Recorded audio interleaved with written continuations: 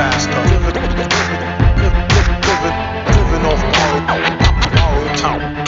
The clock faster. Living off borrowed time. The clock tick faster. Living off borrowed time. The clock tick tick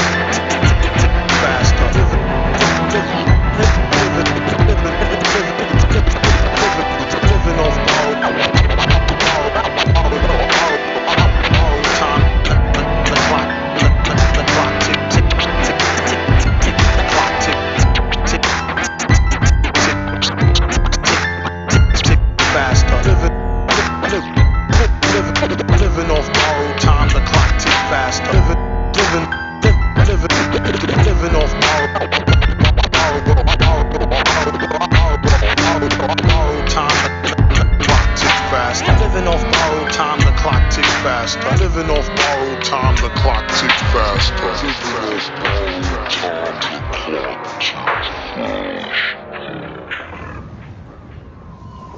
Hello, everybody. Welcome to this week's Living Off Borrowed Time podcast. I'm your host, Patrique.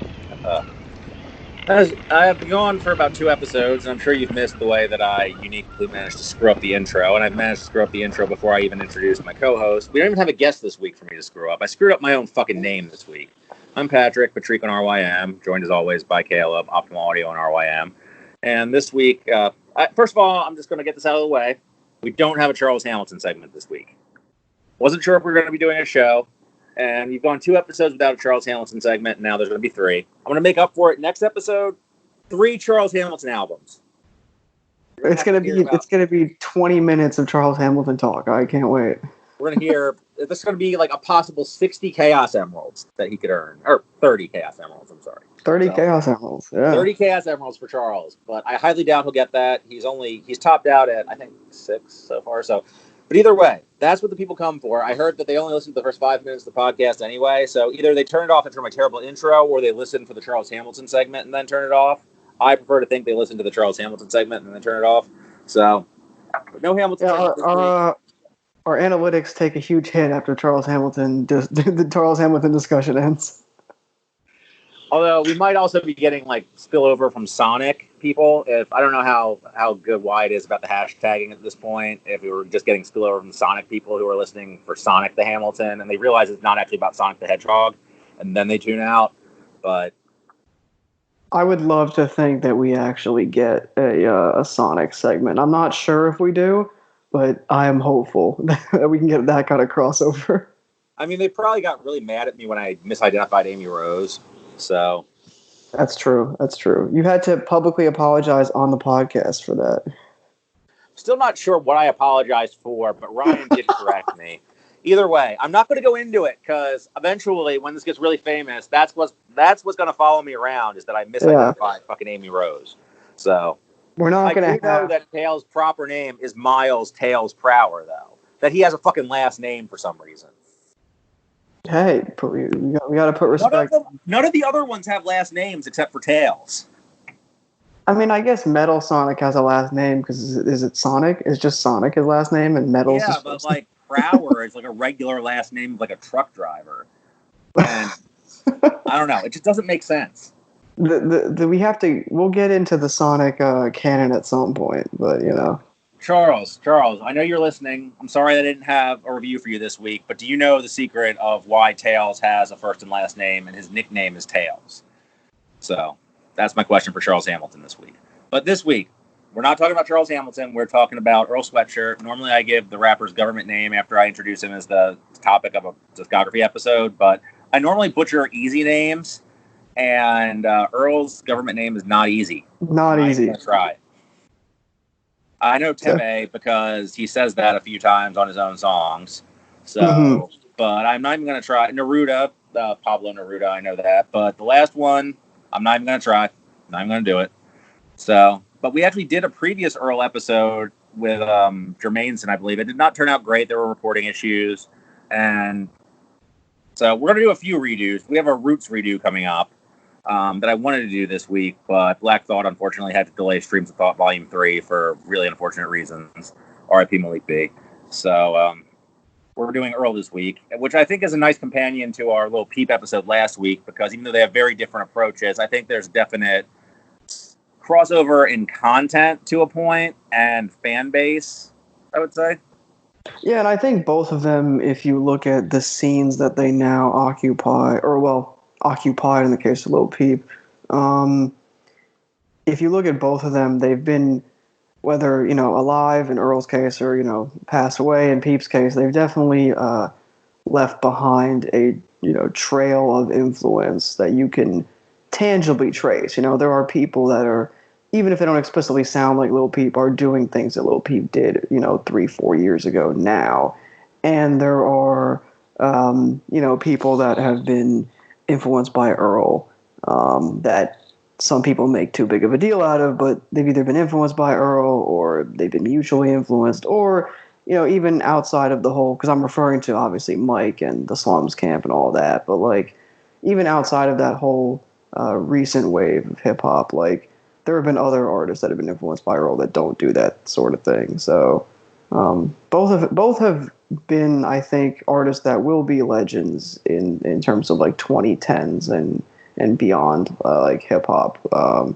I think they definitely both have left a big enough of an impact to be labeled or to be given that label. Right, and I would say that also, going back to what I said, not to ignore everything you said, although I'm about to, they both dealt with a lot of the same issues in terms of depression, I think, in terms of their music, what they were talking about, and how that resonated with the audience. Even though their music itself very rarely, if ever, sounded like each other, and they never worked with each other, and they were in very separate scenes. Like Odd Future was separate from what Lil Peep was doing with, like, I don't even remember the name. Was it Goth something? Goth Boy Click and Goth Boy Click. Yeah. So they were very separate, and OF obviously predated that. But they both had skater followings. They both had teenage followings. And both, I think, were fundamentally misunderstood when they came out and gained a greater appreciation with time. Unfortunately, it took Peep dying for them to gain more of an appreciation, Earl. Although Earl, I think, had a critical appreciation that Peep never had right from the start. Yeah. And I think get to the start with Earl then. Oh, no, go ahead. Sorry. No, I just want to wrap up like kind of the intro point. I think with, Earl, I do agree that I guess he was misunderstood at the time because he wasn't like the star of the group like Tyler was in a sense. And even Frank had his breakout moment really before Earl did. And also with regards to like, they weren't really in the same scene. Yeah, absolutely not. But at the same time, like both of them definitely paid attention to other hip hop. I mean, I've seen interviews with people where he's talked about like, being influenced by other artists like that weren't necessarily that he didn't sound like at all, but he still listened to them and like was influenced by them and just like, or at least enjoyed their music. And I know Earl definitely pays attention to pays attention to a lot of like what was bubbling in some other hip hop spheres. I mean, he's been, he's worked with Lucky. He's been a fan of like some other artists and like who came up, via SoundCloud in like the late 2010s. So he's a big fan of like doo-wop Kane now. So like that sort of stuff. Like Earl definitely has his ear open and pays attention. Big fan. He's a big Cardi fan. Obviously, he's mentioned that on Twitter and like stuff. So he was on the I Don't Rap Beef remix, one of the best songs of the year. Yeah, with Draco. Yeah, free Draco. Up to DEA. But, so yeah, all right, so getting to Earl, start from the beginning. Real quick, because I just realized we still need to do the Baby Pictures episode, where as we go through demos and the earliest stuff from rappers we love now. And Kitchen Cutlery was something Earl released when he was, I believe, 15, 16, under the name Sly Tendencies. The version that's has an RYM page has 6 tracks. The one I downloaded off SoulSeek has 12. It's a lot of Earl going over. I won't go into too much detail because I feel like we're going to do the Baby Pictures episode with Danny Brown, Denzel Curry. Trying to think of who else. Freddie Gibbs and RZA and Jizza with their original studio albums as like Prince Rakeem and I forget what Jizza's was. Just the Words from the Genius. And So yeah, this is just Earl being a big fan of going over Stone's Throw stuff. He goes over the all caps beat. I forget what the first one he goes over is. It's either Madlib or Dilla. It's very famous. It's bothering me that I can't figure it out. He's competent, good at going over them. He has a great flow. His punchlines are good. It's not the Earl you know now, but you can see the seeds of it. And honestly, I relate so hard to this because it's just clearly a kid, really smart, and I'm not going to pretend that I'm nearly as smart as Earl or something, but just like a kid who thinks he's really smart, getting really high and going over fucking Stone's Throw beats. And getting, like, that's something I did, not when I was 15, when I was like 18 or 19, because when these songs came out, because Earl's younger than me. But some of these are difficult beats, he's already good at flowing over them, so that's impressive. And I don't really know the difference between the 6 and the 12-track version. I didn't listen to the whole thing before the show. I kind of just found it right before showtime just to have something to say about it, just to, acknowledge it exists. When we do the Baby Pictures episode, I'll actually listen to the whole thing. But it's there. If you want to hear Earl going over Madlib before Robes, that's the first time he did that. Not official. So, first time most people heard Earl was on the Earl. I think it's an EP. RYM thinks it's an album. I guess all these are Odd Future releases were albums when they came out because they all got released through their Tumblr. This was one of the first ones. I think I heard it roughly around the time it came out. I was slightly late to the wave because I thought it was a bit of generated hype, and it was because they had a good press guy. But I heard this in Bastard around the same time, and it did immediately grab me. And I wasn't too bothered by the shit that Earl's saying just to shock you because he's a teenager saying shit just to shock you, but it doesn't age well. But really what doesn't age well on this more than anything is Vince Staples saying it. Yeah, it's completely, contradictory to a lot of other things that Vince Staples has said, like in his music and stuff. And it's not something that, like, I think Vince Staples being quote unquote like edgy or whatever is not something that has ever been in his music, and he doesn't like say shit just to shock you. I mean, but there was definitely, like, I'm sure there was like a maturity process. Hell Can Wait came out like 4 years after this, so that's when I think he started to develop into the rapper that he is now. I guess you got to start somewhere. Well, I don't want to shit on this too hard because the rapping on it is really fucking good. Like, I don't know how far ahead of Sly Tendencies this was, but Earl's progressed a lot. Like, he still sounds underdeveloped compared to where he would be on Doris, but he sounds like himself as opposed to on Sly Tendencies where he didn't really sound distinctive. He still has moments where he's like emulating other, like I think on Pigeons he sounds like Eminem, and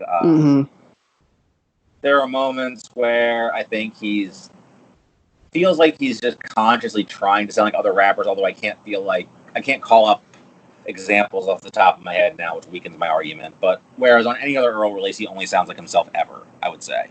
Like, unless he's directly making a line that calls back to another rapper's line and makes you think of that other rapper, which he does occasionally. For the most part, he sounds exactly like himself. You would never mistake him for somebody else. On this one, I think sometimes you could think he sounds a little like Eminem in the same way that Eminem sounds a little like Masta Ace and Redman and AZ on Slim Shady LP, which is not a detriment necessarily, because I think that's what he's kind of going for. He has that line about she's stuck on she's stuck on Blueprint, I'm bumping Relapse, which is kind of a testament to she likes that softer Jay-Z radio shit. I like this Eminem quote-unquote horrorcore like technical shit, which is kind of the approach he takes on this album. Really unfortunate. Never take again. Like really unfortunate album to be citing as like your cool album that you listen to. Well, I don't think it's supposed to be cool. I don't think Earl thinks he's cool on this album. Like, I don't think Earl ever thinks he's cool. I think that he thinks he's superior a lot of the time, and I think that, he's always self-critical, and I think on this one he's not so much self-critical because he's an arrogant teenager, but I don't think he thinks he's cool. I think he thinks that he's kind of like a misfit in that way of like a teenager who thinks that they're like, they would never call themselves cool, but they think they're better by being removed. Yeah. No, that's fair. I think there's a sense of superiority by alienation in this album. And I think that's kind of I think that would continue and then eventually fall off. Like the alienation would definitely continue, but the superiority would fall off. Like that veneer of superiority. I mean, he would still be like, he would still think that way in terms of being, I'm a better rapper than you, like in brag raps, but in terms of just being like an arrogant prick, I think that wouldn't be so much the case. Like, he's an arrogant teenager in this. But I was kind of thinking about this when I was listening to this album, is the whole idea of like, oh, it's too teenage, which is a criticism you could give at this album that Billie Eilish also got, where it's like, just because something is juvenile and teenage doesn't invalidate it. Yeah. This doesn't mean I can relate to it or ever need to listen to it, though. Right? Yeah, absolutely. That's my point. Like, I think it's a solid record, but I don't listen to it.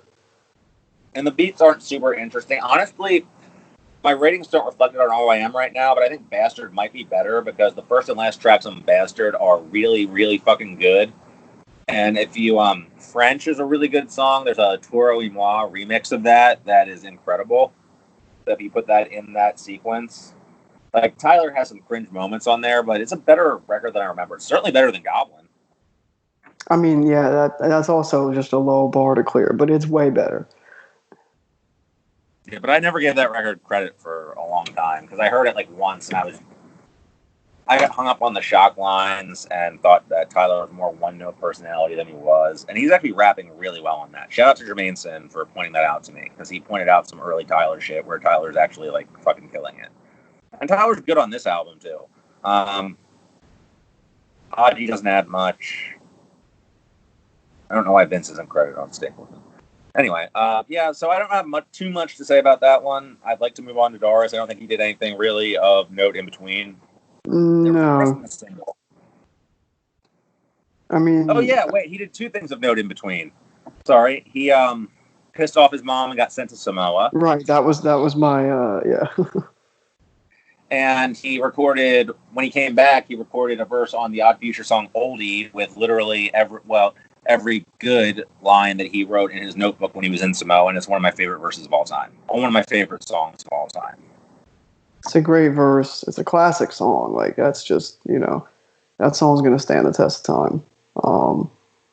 Amazing verse. Not much to say about the song that hasn't already been said by everybody, but it definitely is a moment especially looking back on it now that Odd Future doesn't exist anymore. Like, it's definitely a moment in time of like this seminal, 2010s version of like Wu-Tang group, And that was really the last Odd Future song. I mean, I think there were like scattered things where they did stuff together, mainly Domo doing stuff with people. Like I think Robes was after that, obviously, but that was like the last Odd Future as a collective song. That's like the perfect way to go out. Oh, 100%. Like the way everybody, like in the video, everybody goes away and Tyler's just in the end. It's like, oh, F. Shit, that's all I got. Like, that's so perfect. But yeah, that Earl verse has so many quotables. Like, and then at the end, when you think this verse is over, and then he comes back like lateral passing with that motherfucking gladiator manic rapping as an addict out of the Percocet and Xanax relax me. Like, oh god. Yeah, it's so perfect. Yeah, I can't say enough good about it. And Frank's verse.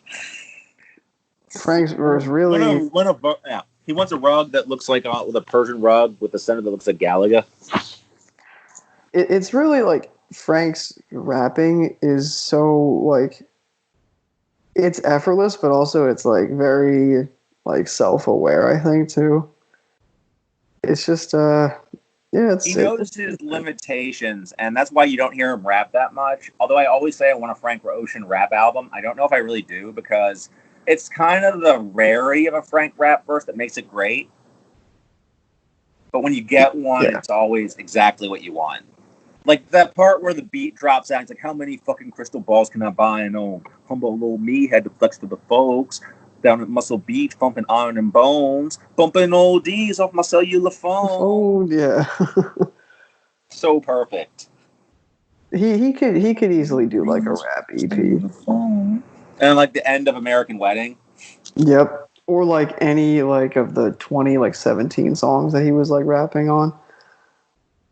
Speaking of great Frank Ocean rap verses, how about Sunday by Earl Sweatshirt off the next album we're going to talk about?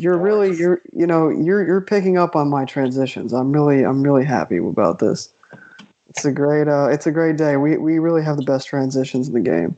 We try. And Frank great Ocean song. had one of my favorite diss verses of all time, and it's not even against a rapper or a human being, in fact. It's against Chris Brown.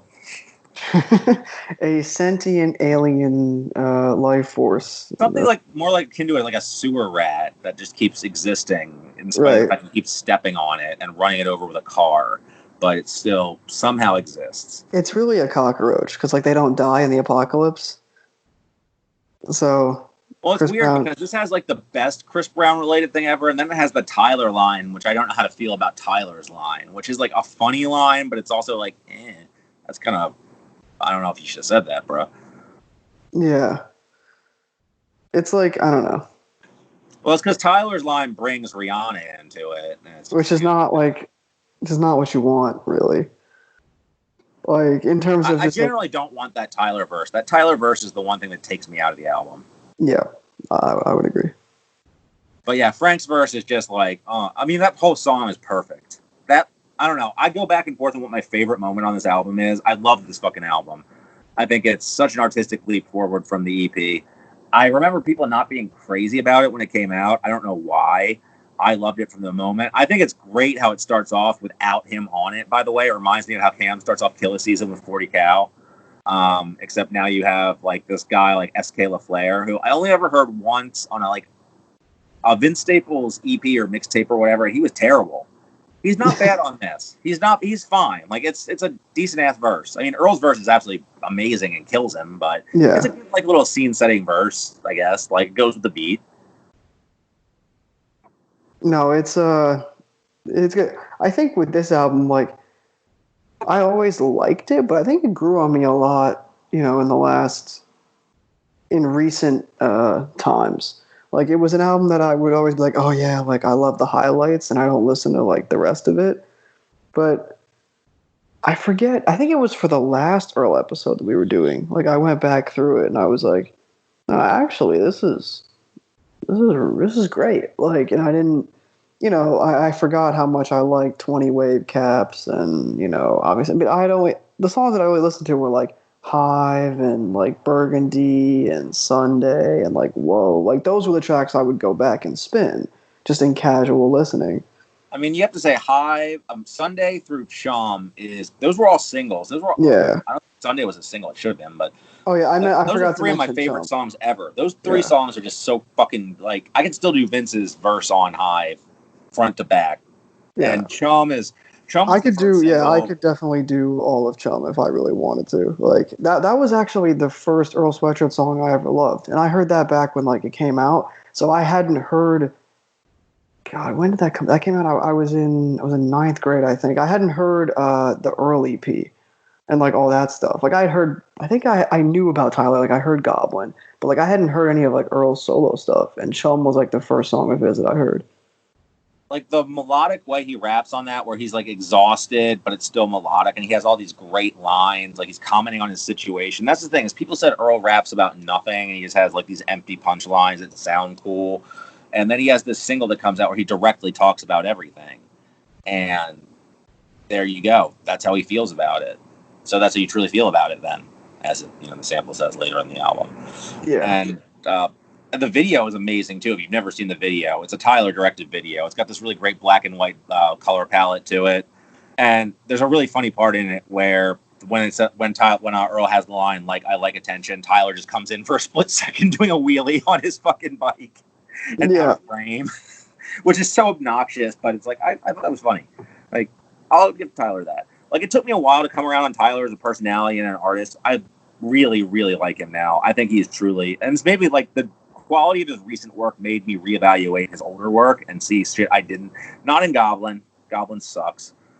Cherry Bomb, I like a lot more instrumentally than vocally, but I was hard on it, the original version, even though I still think he rushed it out. But I just thought that, like, he's so, like, I don't know. I almost wanted to change this episode into a discussion of, like, an odd future episode, like a 10 years, where are they now? Because it's been 10 years, and Like, I feel like about half of them have become super significant. Well, not half, but I mean, that could be. I mean, shit, that could be a sidebar like right now, like if you want. Like I don't. well, I'm happy to yeah. talk about it. I feel like that could almost sustain a whole episode. But Frank is so like Frank became super significant, and I don't know if anybody could have really seen that at the time.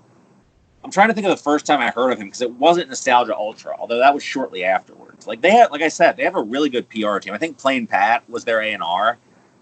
First time I heard about Plain Pat was the Us Placer song that was on the Kanye mixtape Can't Tell Me Nothing with the Tommy York sample. The one before graduation. Yeah, when it's like that the Kanye song with the samples, The Eraser by Tom York. The lifestyles of the broken famous. Let you know how crazy this game is. Look at all the new beautiful that one. Yeah. I don't know. I think my spaces long before they shut on the TV screen. I won't do that. But yeah, but like at the middle, after Kanye's verse and before Pharrell's verse, there's like Plain Pat, what up? And apparently Plain Pat, he was Kanye, one of those guys Kanye brought in around. I guess this is when they put on when fucking Wyatt put on the Kanye time lyrics. This is. I mean, I wasn't gonna say anything, but I was gonna make a joke that we're back with Kanye times. But seriously, but yeah, because he was this Plain Pat got brought in, I think, around late registration or graduation, because he was on that mixtape. He got shouted out on Us Placers. Then he produced, I believe, he had production credits on Man on the Moon 2. And he was the Odd Future A&R, I believe. So that's why they had such a kind of really good buzzworthy, calculated rollout campaign with all the Tumblr shit before Tumblr was really a thing. All their shit came out for free, the initial wave on Tumblr. Like Domo shit. Like it would just come out with like cover art, like a description and like notepad font and a download link on Mediafire or You Send It or something. Right. And that generated the buzz. That got them their label deal. I mean, yeah, I think the thing with like Odd Future though, I mean, outside of the marketing, like the reason why I think it's really only a sidebar on a full episode is because like where are they now? I mean, there's really 3 or 4 significant artists. Like it's Frank, Tyler, Earl, and we knew. That was my 4th. My 4th was the internet. Like. Which branches out to Steve Lacy, which branches out to Thundercat, which I think that's. Well, I don't know. Does it really branch out to Thundercat? Thundercat was already his own thing. I guess you're right. Thundercat was already doing shit with Flying Lotus way back, so. I mean, it helped, but I don't think it like. Domo has kind of stuck around. Yeah, I mean, he's had some like okay. And I don't think you get Vince Staples without Odd Future. I don't think Vince Staples is as he wasn't like popular. I used to think he wasn't a Philly. I used to think he was part of it at first, and then like he wasn't really. But I don't think he blows up without the Odd Future affiliation or recognition features. Yeah, I don't think so either. I think it's like I think he would have been noticed, but I don't know if he would have been the artist he is now, like with the level of the following that he's got. But I guess what I thought would sustain a full episode is who do you think has the best discography of the 4, if we count Sid and the internet, and who do you think is going to ultimately be like most remembered as the best artist out of the group? It's very difficult because I think the big 3 artists, and this is not to discount the internet because they're great too, but I mean I think the big 3 artists like each have like a real at least 2 essential records under their belt. But I think Frank's still my favorite because he's just one of my favorite artists in general. But like Earl and Tyler have both made hugely important, significant albums to me. I mean, we'll get into some rap songs later, but that's like a very, very special album for me as well. So a few years ago I would have like. In 2017, I would have said Frank by a mile, and it wouldn't have even been a diss to the other 2. But now I think it's like closer, But I still think Frank is always going to be like my favorite, just because he's like one of my favorite songwriters ever. So That's I think just like, Frank is the one that's going to be remembered by everybody as the best. I think for me personally, probably Earl. I think that it's an yeah, accomplishment for Tyler to have overcome the bias that I had against him so hard that his last two albums were that good that I have revisited everything prior and saw something new in it. I think Hive Mind and Ego Death are so fucking underrated, and if you get nothing else out of this episode, go listen to everything the internet's done. You don't really need to listen to Purple Naked Ladies, but everything else, absolutely. yeah. Ego Death is really. I'm just shocked that didn't get more acclaim because it's a great record and it's like a record that feels like it should have gotten a lot of like critical attention. Like if you're into SZA and Frank Ocean and that sort of R&B, you should absolutely be into Sid. It was definitely a big like record for mid 2010s like alternative R&B like that sort of wave, and it didn't catch on the way like other albums did, which is a shame.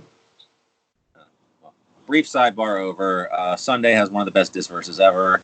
I love the way this album balances personal statements and battle raps. Like, I think that the way that he has Vince kind of play him in on Burgundy with "We don't care what you're saying or what you're going through," and the way he has like battle raps that if he didn't say that, you wouldn't necessarily read some lines he has the way like they could be read a certain way, the way with the context of what Vince says, like for the time being, and like there's a little like gravity mortality stuff in there that Vince's state like it gives context to it, I would say.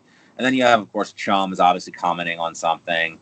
I love the visual at the very end of him just like pushing his at the beginning he like pushes his stack of chips in and saying "fuck them." At the end, he's young, black, and staggering off into the night.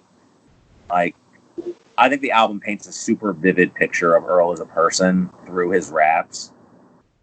And there are so many great punchlines in between there. A few really defining personal statements, but it's not just like an album of him being. It's not the Eminem show. Like he became like a really like famous artist really quickly, and he could have just made an album of celebrity angst, but he didn't. He made Chum, which sums it up perfectly and has just so many great naughty fucking lines, like the Mob and Hard as 96 Havoc and Prodigy did. Perfect fucking line, like cracking locks up on them fucking bicycle racks. Perfect line.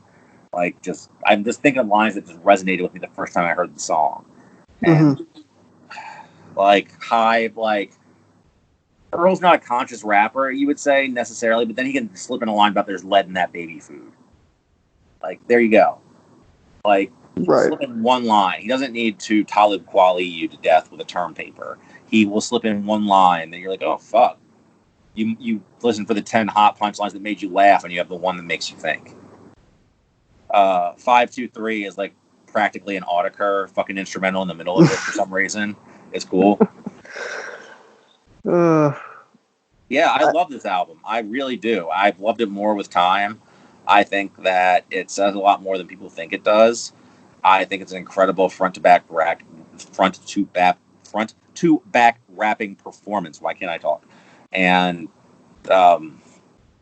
yeah, I would just sit here quote lines that I love from it all day. Like, don't make me bring up Genius, because I will just bring up Genius and quote fucking lines from it. I didn't necessarily like the Mac song at first.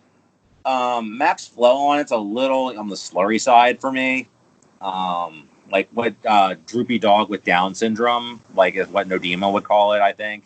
And if Nodima didn't call it that, I'm sorry for assigning problematic ableist language to another reviewer. But that's kind of what fucking it sounds like. I'm sorry. But it's decent. It's probably on my second least favorite song here behind the Tyler song, which I love Earl's, like, the way Earl comes into that squadron full of some lost souls, and the drums on that song are great. Like, everything about that song is great. And even Earl fucking, why do we get Earl and Tyler confused so much? Tyler has some funny lines, but Tyler's cringe lines and the way he delivers them are so obnoxious that's the one moment that breaks me on the album, like, from it. He's great on Whoa. Like, I love on, like, the chorus on Whoa. Made a he's great on Whoa. I mean, I don't know. I think, like, for me, I'm always going to play, like, that, like, Burgundy to Chum run. Like, it really, that's a run that, like, has a lot of, top tier Earl stuff on it. And, like, that was definitely, I mean, a run that, like, got me into him because, like I said, this was the first Earl album that I had heard, and I definitely liked it. And then I think after, SRS came out, I kind of came back, and my appreciation for it grew more. So yeah, really great album. I can't say like I listened to it in full much, but very very good record and like an important one in the Earl Sweatshirt discography. Right, and if you haven't come back to it in a while, I suggest you do. I don't think it's as thematically unified or in terms of production or lyrics as his next three if you count Solace, but Yeah. it's still really, really fucking good. I value it really highly. Every time I come back to it, I find more to love in the way he raps on it. If you don't like the way Earl has been rapping lately, come back to this one, because I feel like there are certain indicators of where he's going to go with his rapping, but if you think that he's rapping like a zombie on some rap songs, we will address those criticisms when we get to some rap songs, by the way. Shout out to certain users in the Discord. Yeah, anyway, we definitely need to. Moving on to I Don't Like Shit, I Don't Go Outside. Shout out to the headline I got on my Facebook the day this album came out that said, rapper Earl Sweatshirt releases album expressing dislike of going outside. And it was right. It was right. He does not like going outside. Apparently. I mean, I think it might have been outdoors, but still, that punchline really, that headline really cleared the album. It stuck with you, yeah. I remember also that the rollout for this album, people thought that Earl was doing a parody of some other, like somebody getting mad at a bad album rollout or something. But apparently, no, his label really fucked the album rollout for this. He wanted to roll it out more gradually, and they just kind of did a surprise drop. But the first single was Grief. It is not really what you'd call a single, I would say.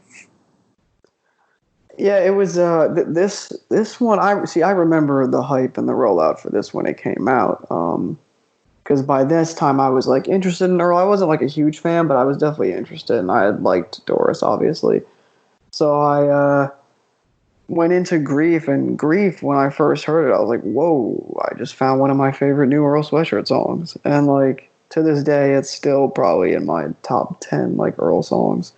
There's something about it. It wasn't a single. It's just, I mean, it's a great song. Although it's not one of my favorites on the album, I just don't think it's like, although it does encapsulate a lot of the themes of the album, I think it's just so like the tempo is lurchy. I remember Moo Kid complaining that it didn't sound finished. I think Nodima, again, to bring him back into this, I guess I'm trying to say, Nodima, we want you on the show, so I'm calling you out a bunch of times on this episode.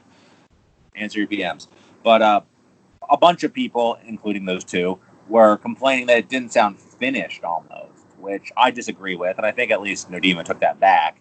But there is a quality of it that just sounds aggressively fuzzy and incomplete, but it's purposefully incomplete, like in terms of the production. Like the drums don't fit. The song is like a loop that doesn't complete itself. Yeah, I can see that. Like, and I feel like it's a very like insular and like isolated album. Like, it's a very, very somber record, and like I don't think it's like an angry album. It's like, there are angry moments on it. Like, I think Mantra definitely, like Mantra's the way he kicks Mantra off, but then like Mantra's angry at other people in the first verse, and then it gets angry at himself in the second verse, and then Fawcett kind of feels like he flipped out at people at a party, and then he stuck his head in the sink and thought about it. That's the Fawcett.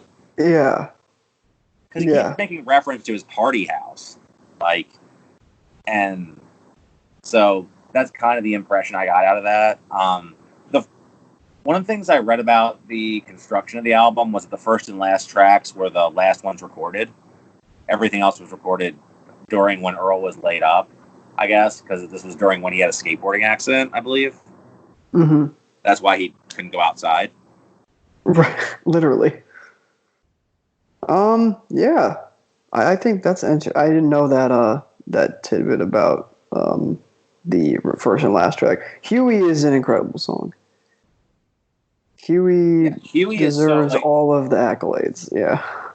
Like, there's so many great moments on it. Like, first of all, I love the way it clicks in, like, just like a little old-timey radio clicking in, like a radio alarm. And then, like, the wordplay about waves on it, and the line about his grandmother is heartbreaking. Yeah, it's a really devastating song. I mean, everybody remembers beat the fucking beat up like it stole from me, because that's a perfect fucking punchline. Right. But the line about his grandmother is the one that really hits me and sticks with me from the song. I mean, yeah, I don't know if I have like just one particular line that sticks out from this song, because for me, whenever I put this album on, it's such like it's just one constant vibe. And like, you know, I think if you're in the right setting for it, there's not much that's like better at this, if at all. Yeah. It's up there with, like, I would say Haslo's In Case I Don't Make It Back, Zilla Rocca, 5 O'Clock Shadow Boxers, The Slow Twilight, Canox, The Cold Vein. Like, there are certain like depressive albums, because it's just very depressive. Like, there's not. Yeah. I mean, and I think the ultimate point of depression on the album comes with Nikel's verse. Like, holy fuck. Yeah, it definitely feels like a bleak, like, winter record.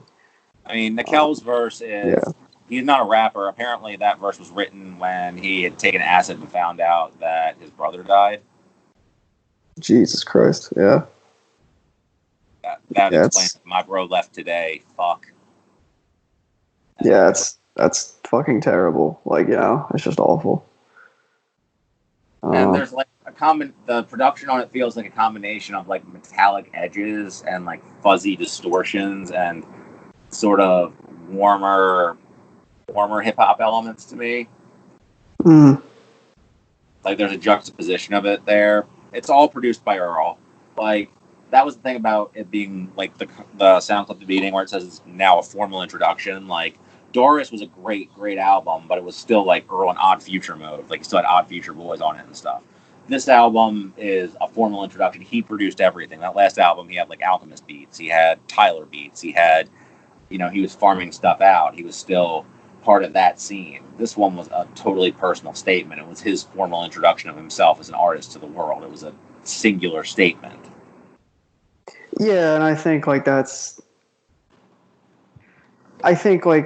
Earl, over the course of his career, each album became like that singular statement that you're talking about. Like, it was its own thing.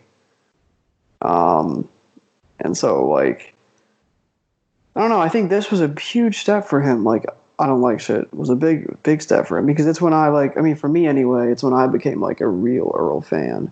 You know, which of course now I like Doris more now than I did then, like, even though I liked it then, but I really like it now. And then with I Don't Like Shit, it kind of captivated me then, and it still really holds up now, because if you can kill, what's it, like a 30-minute record maybe? Like, it's not long at all, and it's just like it's so of one mood that when you're in that mood, kind of like what I was saying earlier, there's not that much better. And I wouldn't blink if someone was like, yeah, this is my favorite Earl album, because it's that good. I think it's charting the evolution of Earl as a person and like his maturity of his personality, how it's reflected as him as an artist.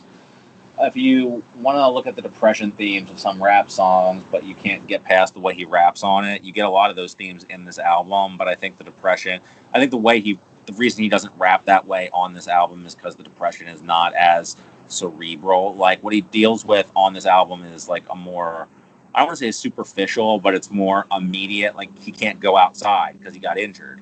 Like, his friends aren't around. They don't, like, he texts them, they're not around. Yeah. So that's the problem. Whereas on some rap songs, he's dealing with mortality, loss, like long-term sort of shit. Like, well, 100%. Yeah. So. This is just as, like, you know, important, but it's like, it's different. It's really different. And it's like you said, the start of that, like, evolution.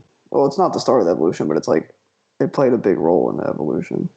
Right. I mean, like, you can see that he has the feelings going as far back as the self-title, but he addresses them he acknowledges them on Doris, and here he's starting to grapple with them. And on some rap songs, he starts to actually analyze them and such. So, and the rapping on it, like, it's just, there are so many great lines. The technical rapping is incredible. Over beats that aren't, like, and they're like impossible to rap over. Yeah, these beats were challenging for a lot of people, I think, at first, because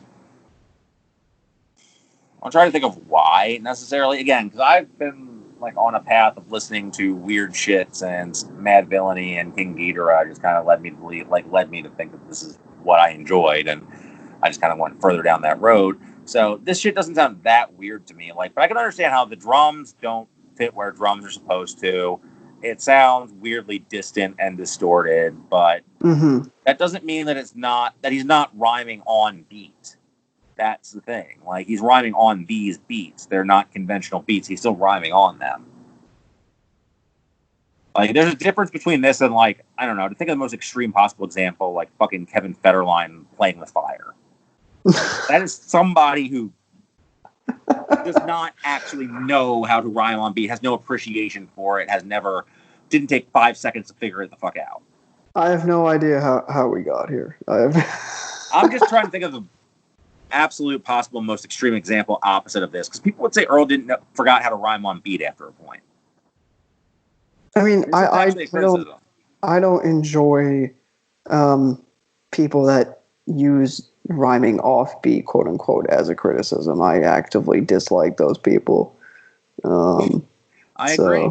I think that's I was about to shit on Logic, but shout out to Logic. People like your album. I'm not going to listen to it.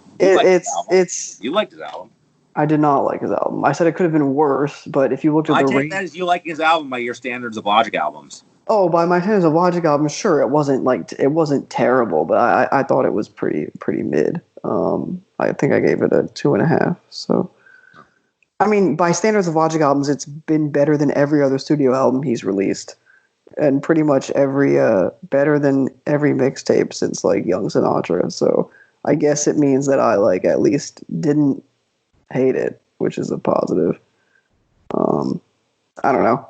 If he's gonna go out with it, sure, he's not going to. That's the thing. No rapper ever. All right, what rapper is actually retired? Andre 3000 probably, and that's really it. But I guess. I mean, he retired. He put out the jazz thing. Yeah, but he did a rap verse on that. I mean, is that really retirement? I'm saying retired. They said they were going to retire. Well, I guess that counts. I guess you're free to come out and do some shit if you retire. Yeah, I don't know. I think Andre has retired officially from dropping an album ever. All right, so Andre. I don't think Logic is going to be the second. I don't think. No, I don't think Logic is. I don't think Logic and Andre 3000 are in the same stratosphere. No, I don't know. I mean, Kid Cudi retired. Lupe retired. Oh, they came. Charles Hamilton retired. Charles Hamilton, and then they all came back at some point. So. I don't know. God forbid, but if Frank came out and was I'm retiring, I'd believe it. He's as good as retired. Right now, yeah. And that he only drops music every 4 or 5 years. Oh. Frank Ocean is the new, I don't know, Vashti Bunyan or who the fuck drops music every 30 years and people go shit. I used to say My Bloody Valentine, but then they dropped 2 things in the past 10 years. Yeah, they're still pretty infrequent compared to some other bands, but I guess they dropped an album in 2013, and I think there's gonna be something else that they did that I'm not remembering off the top of my head. But you're very memorable, so that's right. You are not well, aren't you not a shoegaze person anyway, or am I? I love Slovaki Space Station. I love Slovaki. Oh, okay. I like that. I like stuff that came out of shoegaze. Jesus and Mary Chain doesn't do anything for me really. They're fine, I guess. Mm-hmm. The thing about Loveless is I almost put Loveless in the same bucket as Tom Waits, except Loveless doesn't make me actively angry. Also, I got into a drunken argument with the guy at Tom fucking party once who was just like, "Oh, you just aren't smart enough." He gave me the "you don't have a high enough IQ" argument about Tom Waits, and I never forgot it because I went home and listened to like 3 Tom Waits albums, and I'm just like, "This is trash. This is such trash." And yeah, if you like Tom Waits, you can't listen to this fucking podcast. Well, there goes some there of our. There goes you, I guess. You I mean, I'm not a big Tom Waits guy. I think he's like, I think a lot of his stuff. Theme for season 2 of The Wire. Right, that's my favorite thing by him. I think most of his stuff is like fine, but I don't listen to his music much these days, if at all. I think I listened to it in like high school. I didn't think it was trash like you thought it was, but I thought it was like, it's fine, like it's fine. But I didn't. I just other songwriters grabbed me, as opposed to Tom Waits.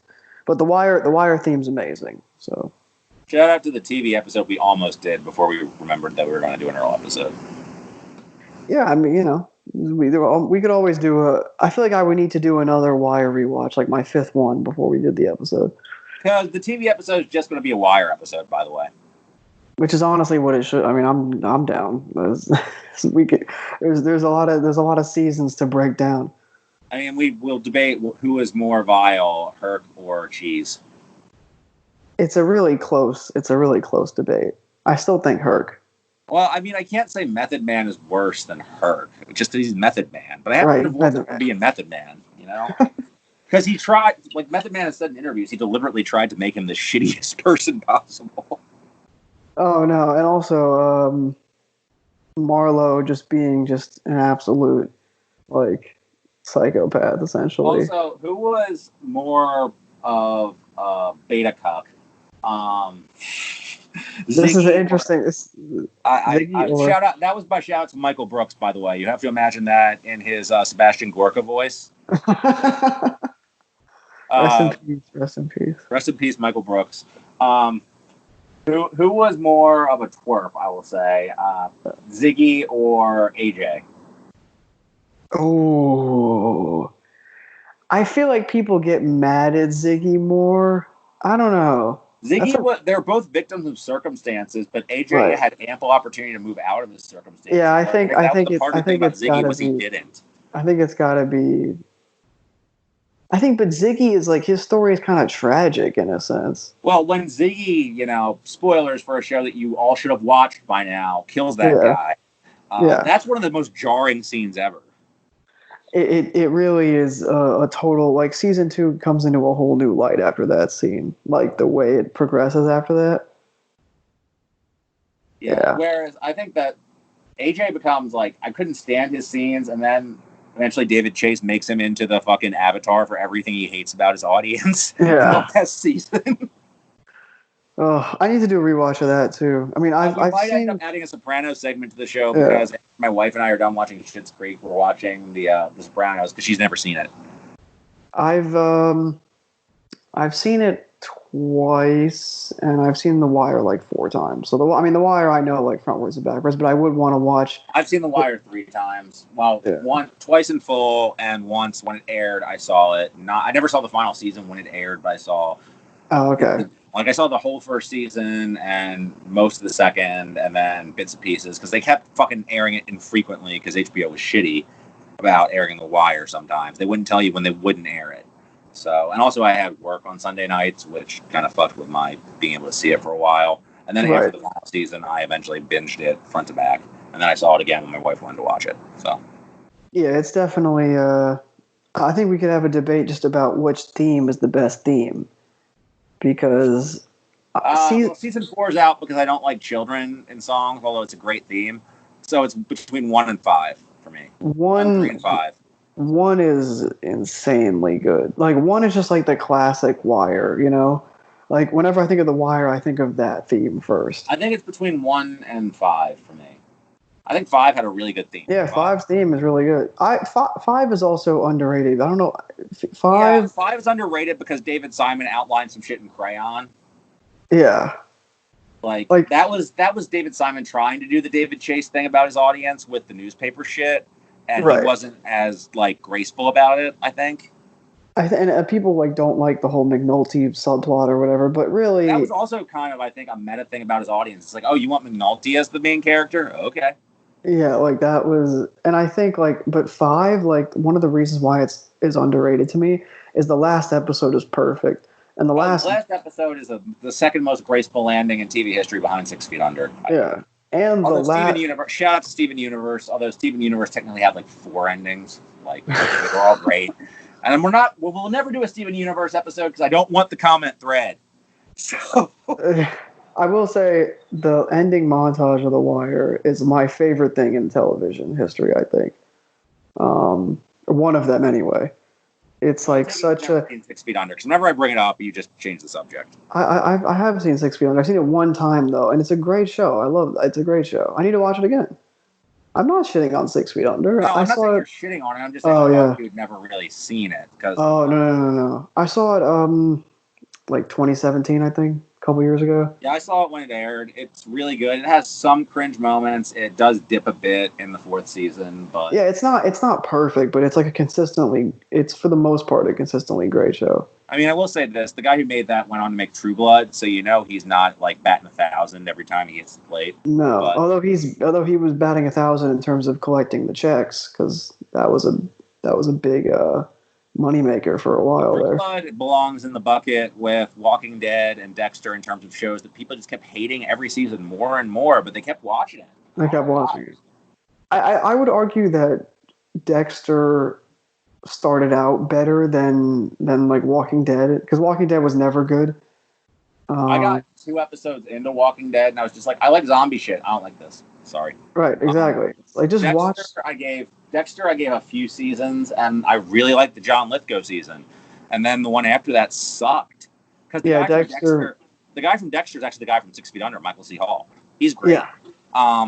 And yeah, Dexter was super inconsistent, and then the John Lithgow season was awesome, Trinity Killer, because Lithgow's great. Like Lithgow carries that season, and then the one after that was just utter trash. I'm like, this show's not going to get any better, is it? And sure enough, I was proven right.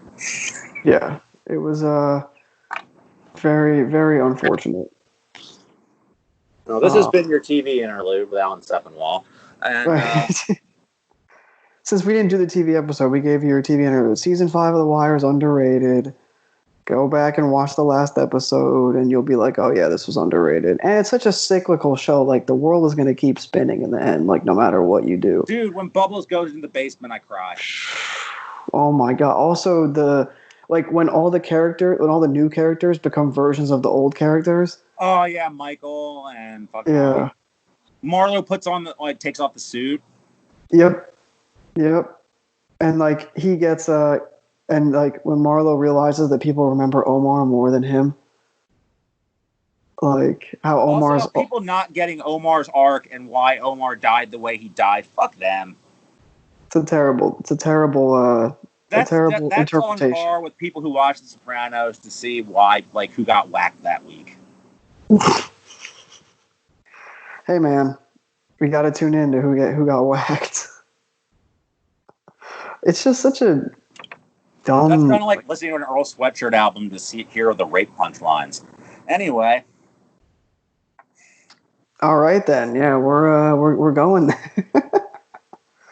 Because I don't know, that was not my best fluid transition, but not our best transition, but hey, a necessary one, so we don't get too. He's also had problems with his fan base too, I think, and he's kind of acknowledged that. Like they definitely didn't follow. Like I feel like many followed him, but I don't like shit. I think with some rap songs, it wasn't the same. Like his fan base changed. Well, wait, we should talk about Solace. We got to talk about Solace. Yeah, we got to. Solace also hugely important. Solace also probably represents the sea change that led to some rap songs in terms of his instrumentals, in terms of his overall approach. Mm-hmm. I mean, because Solace is him dealing with mortality on a more overt look. Because I remember he said, I'm probably getting this wrong. I've probably gotten a lot of these. Like, I keep dropping all these, like, Earl said this, or this came out in an interview. This is all secondhand shit that I'm remembering from years ago that I'm probably getting wrong. So feel free to fact check me. I'm sorry if I get it wrong. I hope I get at least the general scope of it right. But I think he said that I Don't Like Shit, the album was for him, and Solace was for his mother. Mm-hmm. So And I think he said, didn't he say that some rap songs was like for his was supposed to be for his like parents or his dad? Yeah, well, we'll get to that when we get to some rap songs but I want to talk about Solace now. I mean, because he didn't actually. Again, I'm really probably stepping in it by getting facts wrong. I don't think that he was really in contact with his father when he made I Don't Like Shit. Mm-hmm. Whereas he had gotten in contact with him between the albums. So that's why it's more significant that we have what we have on some rap songs. But Yeah, Solace, that makes sense. So Solace is him, like that's his elegy for his grandmother, I believe. Mm-hmm. And that's him communicating those feelings to his mother, if what I remember about him saying this is for my mother is accurate. Right. All right. And yeah. It's not really a rap piece. Like, shout out to Battered Sphinx. This feels like something that would come out on Anacon almost. Like, you're not getting bars in this song. No, this is the good Anacon, if it's coming out on Anacon. Yeah, I don't know. It's a really I never listen to this. I have it very highly rated. I never listen to this. It is supremely fucking depressing, and it resonates on a very deep cutting level. And it's like I can't, you know what I mean? Like Well, I guess this is a good time to bring up the Peep comparison because I feel like this is Earl being as emotionally naked as Peep, and Peep is able to do it through like pop punk tropes and yelling and that sort of thing, and the genres I don't want to say appropriates, but kind of communicates through. Whereas you have Earl who kind of does it this way through distortion and hiding behind layers and layers of sound. Like they're communicating the same feelings of like loss and depression, but they're doing it in a fundamentally different way. But they're still talking to the same sort of audience, like adolescent teenagers, early 20-somethings that gravitated towards this music. Right. 100%. Yeah, honestly, like it's insanely heavy. It's so heavy that like it's tough to talk about because it's just like, it just kind of like hits you, and then you're just there. You're like, all right, well, like I felt this one, like, you know. Yeah, it's very visceral. I guess there's really not much to discuss about. It's like just overtly suicidal, and you're just like it's just kind so of a drone ambient textural piece that has Earl doing distorted vocals over it. They're like sort of in the spoken word lane. He does openly cry at one point on the song, I believe. Yeah. So it's very heavy listening if you haven't heard it, and it kind of directly dovetail. Well, there are songs in between between I Don't Like Shit and some rap songs.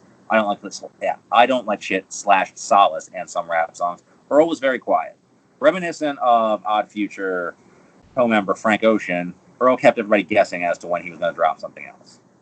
And a lot of us thought that he's going to drop something with Knowledge on Stone's Throw. And he came out with a really good single called Balance that ended up coming out on the Adult Swim singles program. That never led to anything. Apparently he and Knowledge had a bit of beef. I believe it's been squashed at this point. I don't know. But it was beef as present as to when Nowhere to Go came out, because when he recorded the song, he originally had a line saying, I'm in LA with Glenn being Knowledge's name. And on Glenn, it came out on some rap songs, Glenn's name was distorted out. That's interesting. But Balance is a really good song. It's like a minute long. It's if you like mid tens Knowledge snippet stuff, then Earl has kind of a very clean, plain spoken, almost Ka-esque delivery over it, kind of him going to see his mother and his thoughts while he's doing so. Very good song. He has Quest / Power came out in 2015 as well. He was putting out a spate of singles. Please ignore the cover art that somebody put up for this on RYM. I don't know what the fuck it is. Maybe Earl put it up. I don't know. It's a split with half of it's a Sam I Am beat and half of it's a Budgie beat. And they're both like very different in tempo. It's like Earl, half of it's him in a searching mindset and half of him is in a triumphant mindset. And it's very psychologically interesting and very great on a lyrical level. It's another great Lucy if you're into Earl. He's done great work with Sam I Am, including on more recent Sam I Am. He did a song called Mirror that I did a good write-up for on ROAM. So yeah, there were these songs in between. No one really knew where Earl was going until he dropped Nowhere to Go in 2018, which was him over a beat from Ade Hakim. This is me butchering a name, even though I didn't say Earl's name. I'm now going to butcher the name of a producer from Standing on the Corner. And this was Earl's new direction, was him over, if anybody had listened to Red Burns or anything from Mike, God Bless Your Hustle, in the recent couple of years, they'd be familiar with this direction, but Earl had been hanging out with them and kind of sharing styles with them. And this would become a point of contention. Who ripped off who?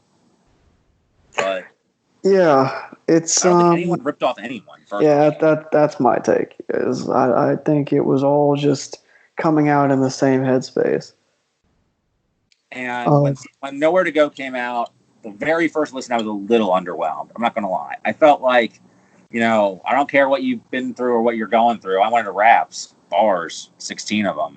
And it felt like the way he was rapping, again, like this is the thing I was going about.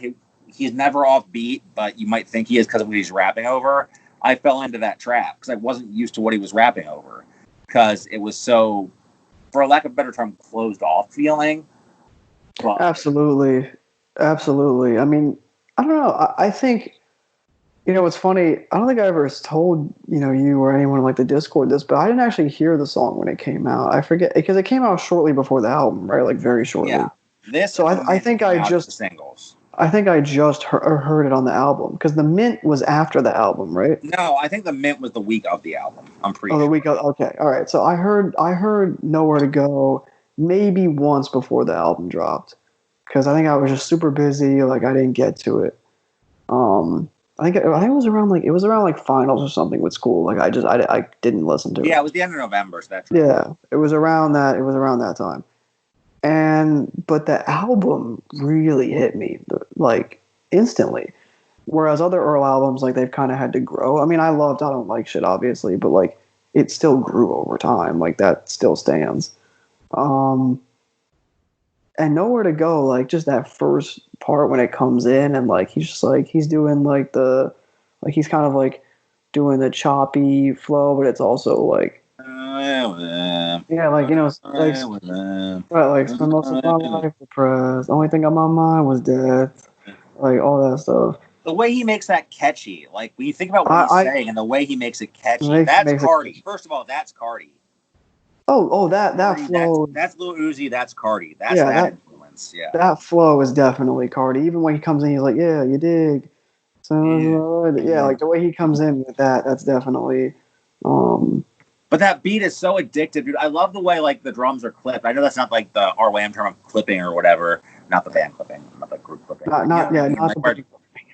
Not like the brick walling term, but like where the drums like feel like they stop before. Like I was talking about how Chum had kind of that feeling where it was like the song like is an incomplete, not Chum, Grief, where it felt like an incomplete loop. This feels even more that way, where they just like stop midway, but that gets so addictive. Like you just want to hear it again and again. Like the way those loops on this album, dude. Like this is an album full of great little loops. I feel like this is the most like this is like I mean this is an oversimplification, but it's like new age Dilla on downers is how I can see what you're saying because it has that quality that Donuts has in terms of those loops that you want to hear again and again with the little vocal sample that sticks in your head. And the way like the variety of flows. Well, I hate to keep bringing back to Cardi. I don't know why I hate to, but kind of reminds me of Die Lit, where it's like his flows on this are. This is where I'm going to start to get addiction. This is not just a zombie rapping. There are so many different flows on this album. The way he flows on December 24th is not the same way he flows on Nowhere to Go. Is not the same way he flows on Cold Summers. And those are 3 songs in a row that sound nothing the fuck like each other. No, and even just like in between, like the songs are short, but there's so much packed in them. Like Nowhere to Go, even when like you said, making like those lyrics catchy, but also just like sitting with you, like talking about like even when I hit a new low, I still give thanks to the Most High. Like, and he's like, he's talking about like noose on my chain is gold. Like, tell me you faking the whole time. That's how surveillance go. Like, there's definitely like a lot there. and it's Oh just my like, god, yeah, the flow is just yeah, ridiculous. The way the album begins with that imprecise words, because I mean it. imprecise word. It just that is one of the most perfect. That's up there with "Living Off Borrowed Time." The clock. Well, I mean that's not the Six. beginning of Van Yeah, Villain, but you know what I mean. Like that's up there with just like when you the turn way on the album, the you just hear. the way the dreams, it's like dreams, dun, dun, dun, dreams, like the way it comes in like Does that. he mean it? And the way he describes himself on it too, it's like he's reflecting on himself being standoffish and anemic. Like Yeah, is that how he feels himself? Is that what people are saying about him? Is that what you're going to say about this album? And he sums it all up in half a bar that he makes so melodic over this like lurchy, weird instrumental with this yeah, catchy ass sample that you're not going to get out of your head. yeah. It's like mask off, mask on. We trick or treat, like that whole like part. Yeah, I mean, I guess the mask line shout. has a lot of resonance now. I hadn't even thought about that. Yeah, yeah. Seriously, we're not trick or treating though. We're not doing that. Somebody should tell some of these people that. But Somebody should. Somebody really should. I don't know. This album still bowls me over to this day. Like it's honestly one of like my it probably has some of like my favorite lyrics, and lyrical just themes and everything going on with it. Like in the last few years, of like a rap record. Um, there's the run from Shattered Dreams to the Mint is easily my favorite run in any Earl album, and it's not close.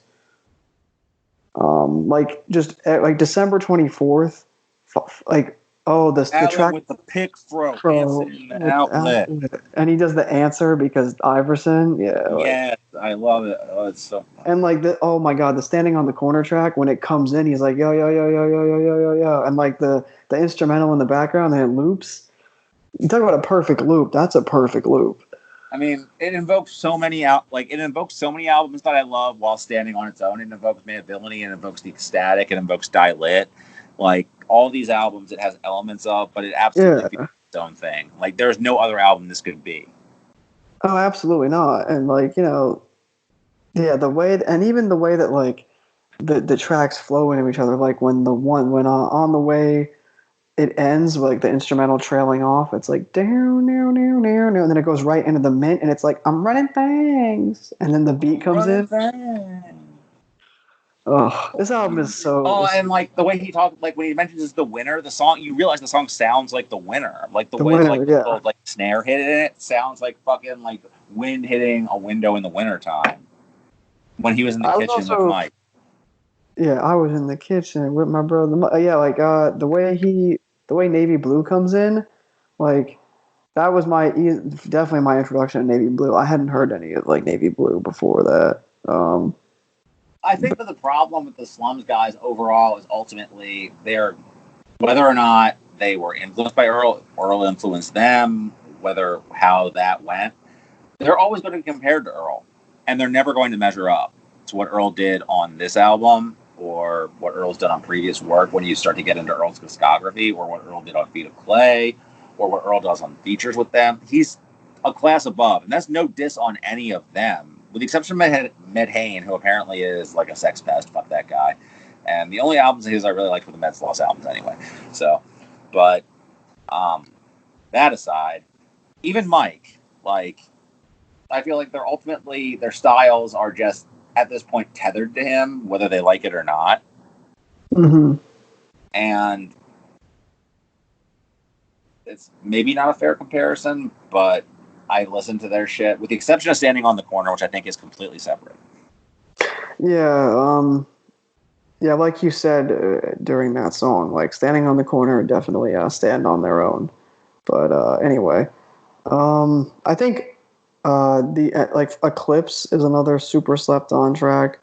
Like I mean, slept on in this album's not slept on, but in the context of the album, in like favorite tracks, Eclipse is definitely another favorite of mine. And then like Peanut and Riot. Like, is there a perfect ending song more than Riot?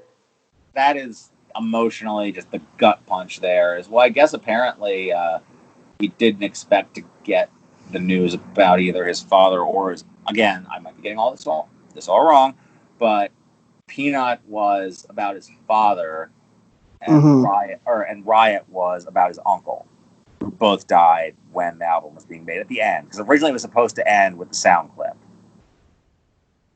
Right. But then he got the news about his father, so he recorded that when he was drunk as shit. You can tell he's drunk as shit, and I think that adds to the power of the song, actually, because it's so raw and unfiltered. And Riot is about his uncle, which you learned about at the very end, who was a political activist, I believe. So it's an appropriate sort of instrumental outro. And it all just kind of works together by, I hate to say serendipity, because there's nothing serendipitous, I guess, about people dying in a row. But No. to keep dying, but yeah, and the emotional gut punch level, I feel it's almost more impressive that he feels that much more emotionally mature and reflective, given that these things were not weighing on him while he was recording the album. This all hit him at the end. They're all epilogue. Yeah, and I It's think supposed to end with his mother and father being reunited on that track, the way he cuts it together. Then he hears the news on Peanut, which is like, oh shit, they're together now. They're not. Fuck. And then you get Riot at the end about his uncle. And Riot might be one of my favorite, like, just instrumentals. Like, forget instrumental closers, beautiful.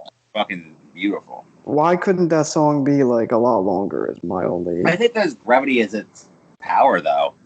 Like, it's a short burst. Like, everything on the album, it doesn't need to stay any longer than it does. And then you just want to play it again. Which I guess, I think that's kind of the thing about Earl, is that at this point, he's really refined it to an economy where there's no need to conform to normal structure with songs. He's not going to stick around any longer than he needs to. Mm-hmm. And this album is very much not a traditionally structured rap album. Mm-hmm. That's definitely... There's no run I can say on here that, like, when I started, I finished it, pretty much. I haven't listened to it in quite a while, but that's no detriment to it. When it came out, I listened to it for almost a year straight. And when I pull it out, I end up listening to it for, like, weeks afterwards, because I feel like the beats are really addictive. There are lines on it that I get stuck on, and there are themes on it that will always resonate with me. Yeah, and I think it's like for me, I feel like it's going to be a timeless record. I really think this is a special, special album. It's my favorite Earl album. It's probably my second favorite in the whole, like, Odd Future and its offshoots, camp. Behind Blonde, right? Yeah, Behind Blonde, yeah. I mean, Blonde's, one of my, like, 3 favorite albums ever, so it's not, it's not trailing by that much, it's still in my top, like, I don't know, 70, 80 probably, but, still, it's a really, really important and, like, special album to me, and especially, like I said, that run from tracks 1 to 7, I've probably heard that a couple hundred times already, and it's only been out like a year and a half. I mean, the way he raps on this is just impressive in that it's just, the way he raps is a continuous evolution.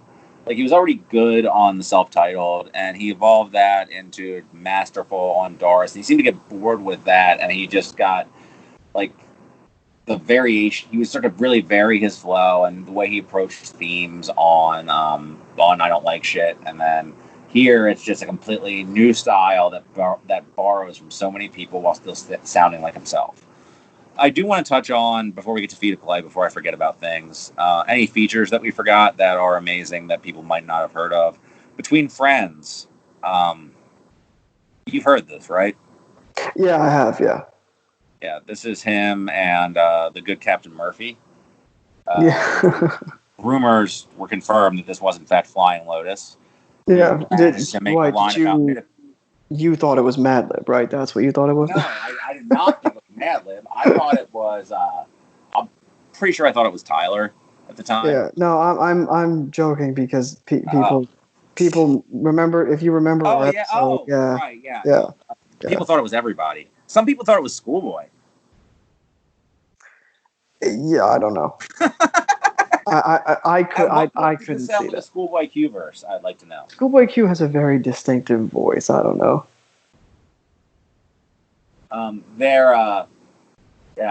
Flying Lotus makes a line about midichlorians sound dope, which is the only cool thing that's ever been associated with episode 1. Yeah, because that movie's fucking terrible. Shout out to Jermaine has made a really dope remix of this, so check out his Oh, RYM sure. page. It I has did not know that. really good link to the SoundCloud on that. Yeah, this was a really cool collaboration that never really led to anything. I'm sure that Doom and Earl have never met. They did a sequel to it a year later with Between Villains, where it was not Doom, it was Doom's good friend Victor Vaughn, who has never evolved beyond being 17 years old. And this is even better, actually. It's a much darker beat. I would say that I don't know which one's my favorite out of these two. It's very cool to get a Victor and Earl feature together. I don't know. Yeah, it's not every day that it happens. Like, there are only 3 Victor Vaughn features ever. I'm pretty sure there's this. There's Project Jazz with Talib Kweli and Killer Priest, and I think that might be it. I can't remember if there was the 3rd Victor Vaughn feature. But this one has... does this have the line about blowing Michael Jackson blowing bubbles at the pearly gates? Oh, geez. I mean, I haven't listened to it in a while, so I'm not exactly I used to listen to this song all the time, so I should know. But I'm pretty sure Captain Murphy rhymes about Michael Jackson. First, he goes around like trying to do things with little girls with Reese's Pieces, and then he's blowing bubbles at the pearly gates. So, yeah. Captain Murphy, everybody. Still waiting on the second solo album. This has this is a really cool song, though. This has Earl rapping as good as motherfucking Janitor Sweep now. Got him. Now. Yeah, it's just... I'm sad that this never led to anything more, but it's always just cool to get these little one-off things. In the same vein, there was also... he did a few little collaborations with Vince Staples and Mac Miller. There was Nebraska, which never ended up on anything, I don't think. You know what song I'm talking about? Oh, God, I know what you're talking about, and I can't place it. Yeah. So I'm gonna There's be no ignorant. RAM page for it. There was Nebraska, and there was the New Faces track. I know New that Faces they. off Faces. New Faces was off Yeah, Faces. New Faces off Faces. Yeah, I know that one. Vince wasn't on that. Was Earl on Stolen Youth? I'm gonna look up the features page. I don't know if Earl was on Stolen. I don't think so. That's another one I haven't listened to in a while, even though it's good. A great fucking album. Yeah. And obviously, if you've listened to this podcast and you haven't heard Pinata, you can't listen to this podcast anymore. Can't listen to this podcast. We did go over that last time. I hope he made that clear. But again, Robes, best Domo, like the reason Domo Genesis was put on this earth, Earl Sweatshirt also kills it. So that's an essential Earl feature. The Mellow High album has that Mellow High. No, I don't think that's the one that has it. That's Cold World. Second Mellow High album. I think it's the one. No, I don't think it. I don't think. And he wasn't on Stolen Youth, by the way. Absol was on Stolen Youth, and Schoolboy was, but Earl was not. The second Mellow Hype album, Numbers, has P2, which has a verse that Earl, I'm pretty sure, wrote in the car outside of the hospital when his grandma was dying, which is one of his best verses. It's not as dour as that sounds, but it's still pretty fucking dour. It's one of his best verses. So if you haven't heard that, hear that. So moving on to... Oh, and the Jellyfish Mentality, an album that only Jermaine and I like, by the Jet Age of Tomorrow, a forgotten, odd future, weird jazz side project. Yeah, which I have not heard, I don't think. They have a track on their third album, The Jellyfish Mentality, called One Take with Casey Veggies and Earl Sweatshirt. That is the most fun Earl verse you've never heard. You got too many hands for you. Pass to Troy. But, all right. So, the last Earl project we're going to talk about, barring his set that he did at Camp Flognaw, where I don't think he reunited with Tyler or anything, although I guess the fact that he was doing Flognaw was a big deal. He did a bunch of new songs at that, but they only circulate in low quality. They're good, but they only circulate in low quality, so I'm not really going to talk about them. He did Feet of Clay last year. He did an EP, and it's really fucking awesome. It's kind of like a synopsis of his career up to this point, I would say. Like, all of his styles are included. Even the self-titled EP, although he doesn't have the shock lines, he kind of raps a little bit in that way, I would say. It has probably the track of his that has annoyed people the most, East, which I don't see why it annoys people. I really don't. I've talked about this on the show. I don't see why it annoys people, but it really does.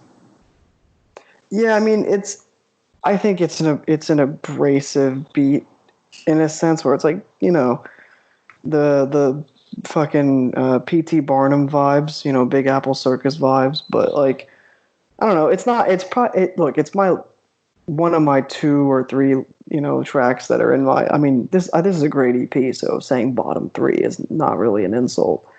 But I don't know. It's a good song. I can't say that I'm like, oh man, gotta play East, but like it's a good song. And also for the record, like I think the bonus tracks on this, which came out recently, elevate this for sure. Like they're 2 great tracks. Well, yeah, they're both fantastic. I really I like the Alchemist one with Mavi more than the was it Alchemist Navy Blue? I'm sorry, I gotta look at that. Yeah, it was the one with Navy Blue, but the Mavi track is the best track on the EP. I think. Yeah. No, it's I'm sorry, it's Alchemist and Maxo. And Maxo, yeah. The Navy Blue track is Ghost, which is cool. Which I don't think it's the best track on here by any means. I think the Mavi track. I think the Mavi track. You're saying El Toro Chamomile is the best. Yeah, I think the Mavi track is Mavi's really fucking good. I really would say that's, I've said this in the past, might be the only time Earl has really been killed on a verse, depending on how you feel about Really Dough, and that might be it. And even then, I think everybody agrees that Earl won Really Dough. I don't know how we didn't talk about Really Dough, by the way. Earl definitely won Really Dough. I mean, Danny's great on it. Danny went off, but Earl won. And it's a really, really good Kendrick verse, but it's like a formula Kendrick verse. Yeah, Kendrick, like, you know, had better verses around that time. Anyway, and he did the hook too, so his verse wasn't much because he was doing the hook. The funny thing about it was, I heard that Ab-Soul verse. I'm like, damn, this Ab-Soul album's going to be fire. Oh, no. No. Garbage fire. It was fire. It was a garbage fire. I still remember the day it came out and everybody, when, you know, you and some other people freaking out about how bad it was. And I was like, oh, God, it's really bad. Then we started posting the lyrics from it. Oh, yeah. And I was like, oh, it is that bad. Okay, well, rip. This episode's going a little short, so now we're going to have an interlude where we look at the lyrics from Do What Thou Wilt by Ab-Soul. Well, we did that on an episode a while ago, right? It was a long time ago. I think it was a long time ago. I don't think that was an aired episode. So I'm just going to look up Ab-Soul on Rap Genius, and we're going to see if any gems come up here. Didn't he say something about like... What did he say? Like, put the womb in the tomb or something like that was one of the bars that was really bad. He said he had Jesus' penis on Venus, but back to reality, he's actually Jewish. I'm losing my mind. I'm trying not to laugh that loudly, but it's just... this is... But in just like the... in just the Slavo Zizek voice.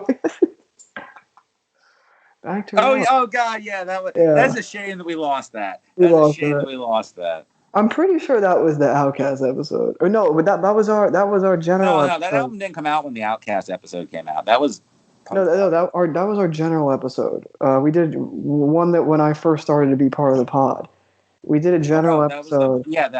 Yeah, and we were like, oh yeah, we're gonna read all the lyrics to Do What Thou Wilt. Womanogamy. Childish Gambino. Oh wait, no, I know that song. That's not as bad as it seems. I was about to get really mad about the idea of a Childish Gambino Ab-Soul song, but it's really not as bad as it seems it is. No. Genius, your website sucks. I can't navigate it, so we're spared us reading the lyrics to Do What Thou Wilt on the show. For now. Also, what I have in my pocket is an episode where we go into really unfortunate brand extensions, such as when Bill Cosby had Weed Carriers do a rap album called The Cosnati. I haven't forgotten. Oh my God! I still have to listen to that.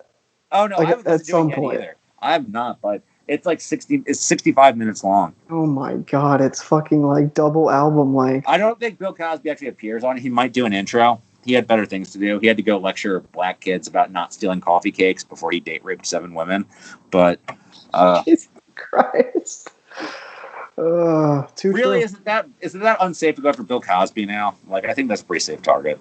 Oh no, I'm laughing just at the roast. It's a very accurate assessment. It's very true. All of it. The thing is, that's supposed to be like a Philly hero right there. Like, that's supposed to be like a Philly saint. Philly's been taken on the chin lately, and now that I'm here, I have to like. Lil Dicky has the white Atlanta. Bill Cosby is Bill Cosby. Who else? I mean, freaking. Half the team has COVID, but that's his fault. There was a death in the Roots, like freaking I don't know what else bad has happened from Philly recently. I don't know. I mean, generally bad things happen to Philly. That's what makes it Philly, though. I said to a friend of mine from here, I'm like, look, I'm just gonna walk around and just like really pick up the Philly slang. Like, it's just gonna one day it's gonna happen. I saw some meme last night. Oh gosh, it was something. It had nothing to do with like Philadelphia, but it just had like Johns in it a lot. And I was like, I sent it to my friend, and I was like, me when I'm trying to talk like I'm from here. Oh gosh.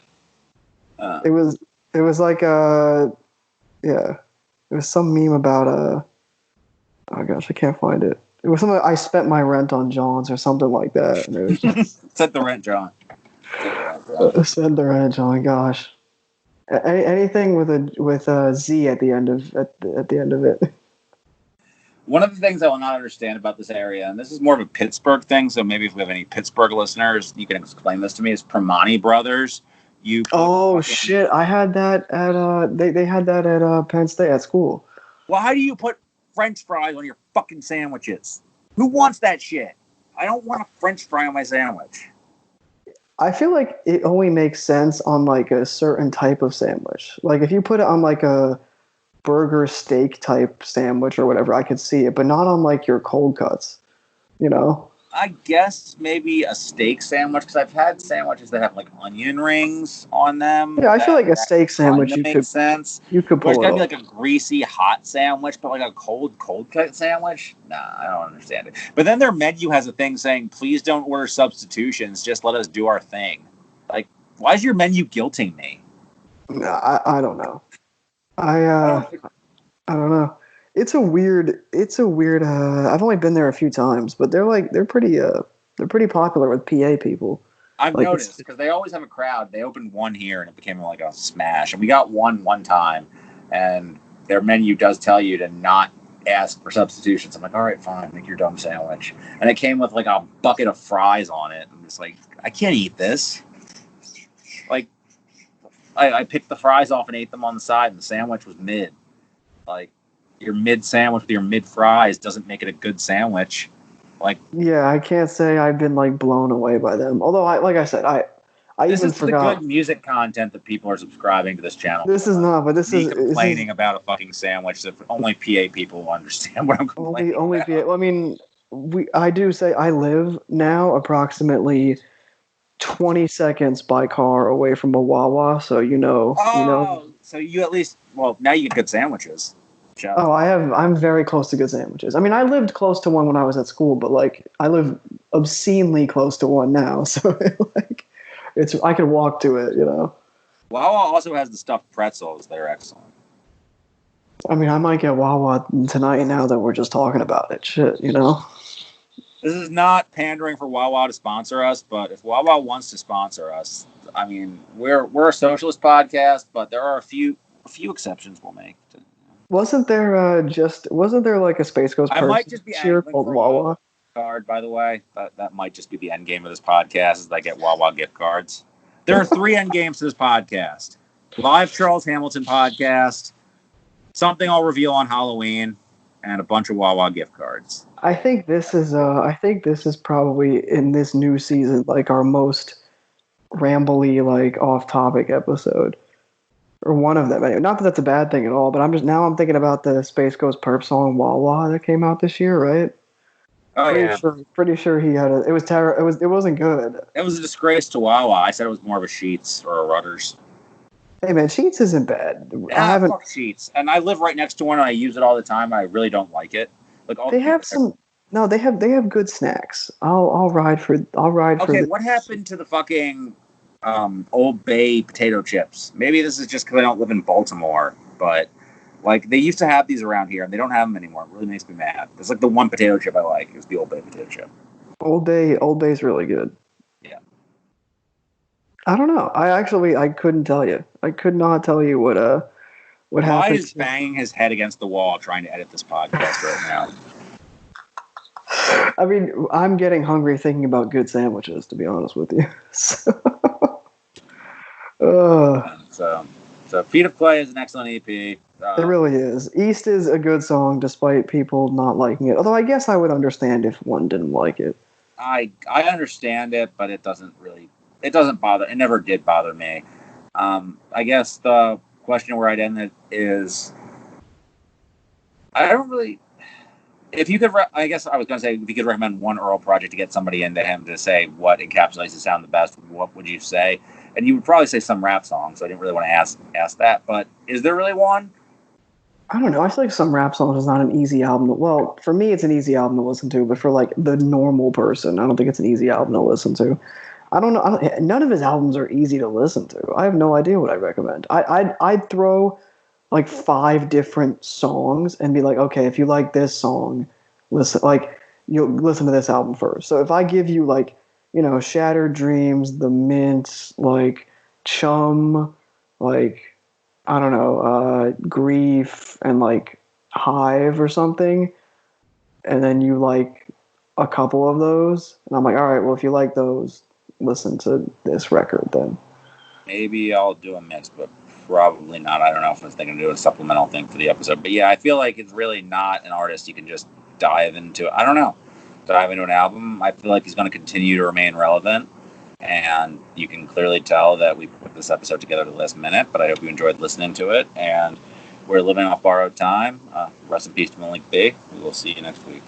It ain't gonna never stop. It ain't gonna never stop. It ain't gonna never stop. It ain't gonna never stop. It ain't gonna never stop. It ain't gonna never stop. It ain't gonna never stop.